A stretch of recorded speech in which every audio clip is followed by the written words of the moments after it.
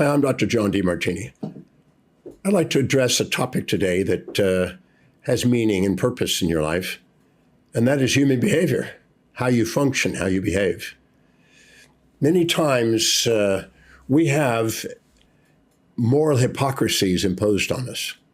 We're taught by our childhood instruction from grandma and mom and dad and this bunch of people.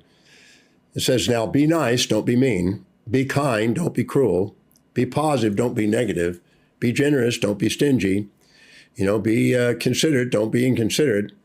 And there's an imposition of a moral ideal that you're to be one-sided.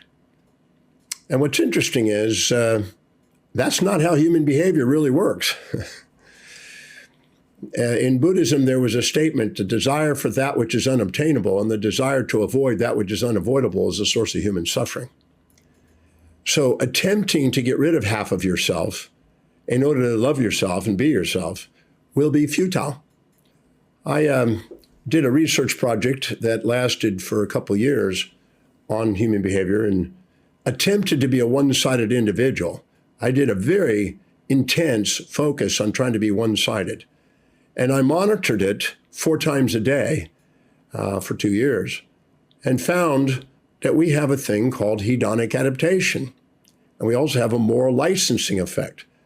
The second we try to be one-sided, we have, you might say, internal homeostatic mechanisms to get us back into the center, a set point. And so we strive for a one-sided world, but we don't. If you're really honest with yourself and look at yourself and watch yourself for, a few months with a drone looking over you, you will see that you have moments when you're nice and times when you might or others might consider you mean. Considered and inconsiderate, generous and stingy, positive and negative, peaceful and wrathful. And so the striving for a one-sided world and trying to get rid of half of the self, to me, is not very productive.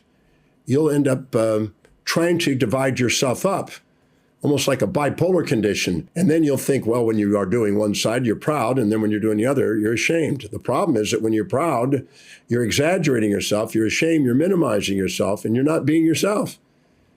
So understanding how human behavior actually is, in my opinion, is far greater than the fantasies that get imposed on us.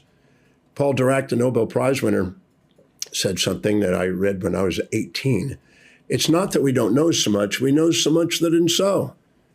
And many times the very social moral hypocrisies that are imposed on us come from and originate from those that love to govern and control people. And by the way, the fastest way to govern and control people is make them feel guilty not living up to a fantasy, an idealism. So human behavior gives you the real understanding of human behavior, give you a better understanding or greater understanding of how to master your life than the fantasies that we get imposed on us. So instead of trying to be one-sided in a world that's not going to let you, acknowledge that you're going to have both sides. Imagine this. Imagine you're going to start dating somebody and you have an expectation on them to be one-sided, positive, never negative, kind, never cruel, generous, never stingy, peaceful, never wrathful. If you have that expectation and then they don't live up to it, which they can't, you're going to end up with anger and aggression, blame and betrayal, criticism and challenge, despair and depression, desire to exit and escape, feelings of futility and frustration, grouchiness and grief, hatred and hurt, irritability and irrationality, and you'll feel jaded and you act like a jerk probably because you have an expectation on somebody to be one-sided. See, if somebody comes up to you and says something to you that supports your values, you can be nice as a pussycat. If somebody comes up to you and tells you something that challenges the heck out of your values, you can be mean as a tiger. At least that's what I've observed in myself and thousands of other people. So I don't have this expectation that you're to be one-sided. I don't even have this expectation. I gave that up 41 years ago to me to be one-sided. I embrace both sides of myself. And if you want to love somebody, you're going to have to embrace both sides of them. Anybody that's been married for 40 or 50 years, and you ask them to rattle off the things they like and dislike about the person they're married to, they can rattle them off both. They know simultaneously both sides of somebody. That's what real love is when you can embrace both sides that you like and dislike and still love them. But if you're expecting a one-sided world, you really don't understand human behavior. You have a fantasy that you've imposed on it, and you set yourself up for the frustrations of life not matching it. Depression is comparison of your current reality to a fantasy you're expecting to have happened. When it doesn't meet it, you feel sorrow, or if it exceeds it temporarily, you feel joy. And you go back and forth with this bipolar response, which is a byproduct of this monopolar addiction that you keep wanting. So the understanding of human behavior as it actually is far greater than the fantasies you'll impose on it. And so I think it's helpful to know that if you want to master your life, because if you want to appreciate other people, you're going to have to embrace both sides of them. Everybody wants to be loved for both sides. They don't want to be loved for just one side and then have to be edited all the time and fixed because they're not matching the side that you keep projecting as a fantasy, some unrealistic expectation. So the same thing on yourself. Imagine if you expected yourself to be one side all the time. Well, you'd be beating yourself up half the time. Well, you don't need to do that. You don't need to get rid of half of you. You are whole in the way you are, and you're going to be, because you have a set of values, if somebody supports or challenges it, you're going to have kind of an open or closed or nice or mean, positive or negative response. That's just the way it works. Understanding human behavior helps you master your life because it sets realistic objectives instead of fantasies. You will accomplish, if you said, I'm going to set a goal that I'm going to be nothing but positive all the time and never have a negative thought.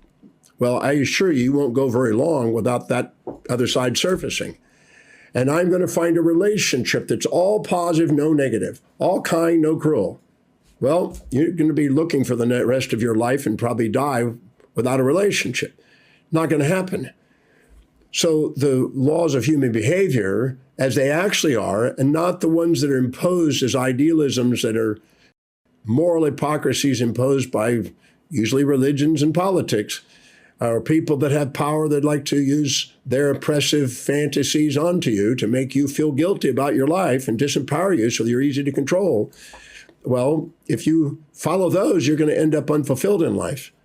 So human behavior, as it really is, and embracing both sides of your life and who you are, is liberating. What's interesting is if you're infatuated with somebody because you're blind to the downsides and think they actually pulled off a one-sided world, you'll be broad-sided when they all of a sudden show the other side, and you'll be really feeling angry at them. But if you understand that no human being is one-sided, and you understand human behavior as it actually is, takes a lot of pressure off you because now your expectations can match reality. And when your expectations match reality, you have more fulfillment, more mastery. So don't set fantasies for life, set real objectives for life. An objective is kind of neutral. It has both sides to it. That's why if your executive center in your forebrain mitigates risks and calms down fantasies to set real objectives to achieve things. But your amygdala and your lower subcortical area of the brain, the nut area of the brain, the nuclei, they are trying to avoid pain and seek pleasure. It's always trying to get rid of something. You know, even Epicurus, who thought you want to search for pleasure as the key to life, eventually discovered it was futile because if you took and searched for pleasure all your life, you'd probably be taking heroin and drinking sweet drinks and sugar all day long. Of course, you're going to pay a price for that because you're not going to end up staying with one-sidedness. The diabetes and the overdosings and all the other thing are going to make your life miserable. So stop looking for a one-sided world. Stop looking for a magnet with one side. Stop looking for a coin with one side and embrace the coin. Imagine you had a whole bunch of coins and you say, well, I only want the heads of the coin. I don't want the tails. I just want the heads. Well, you'd never accumulate any coins or self-worth. And if you did, you wouldn't appreciate any value.